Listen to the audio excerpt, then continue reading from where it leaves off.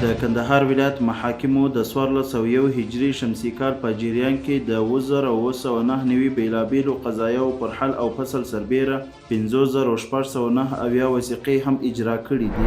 د سترې محکمې رئیس محترم شیخ عبدالحکیم حقانی صاحب ننګرهار ولایت ته سفر وکړ.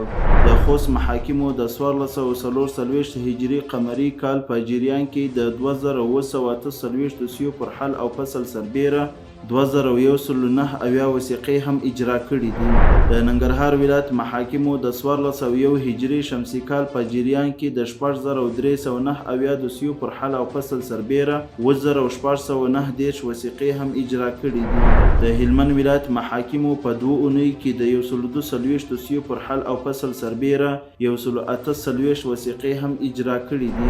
د کابل ښار د اسناد او وثایقو شپږو امریتونو په 2 اونۍ کې د 2000 جلد نکاحتونو په ګډون 2280 بیلابیلې وثیقې اجرا کړي دي.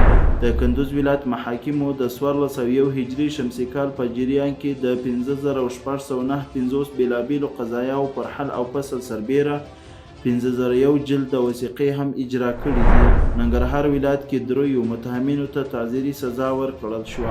په تخار ولایت کې پر 2 تنو متهمینو چې د زنا په تور نیول شوي وو د تعزیري سزا حکم پلی شو.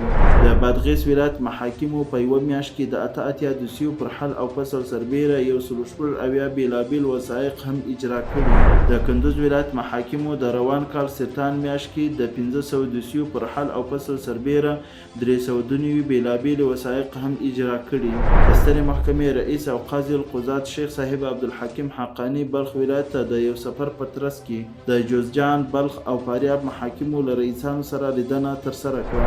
د فاریاب ولایت محاکمو په 2 اونۍ کې د 216 دوسیو پر حل او فصل سربیره 290 بیلابیل وثایق هم اجرا کړي.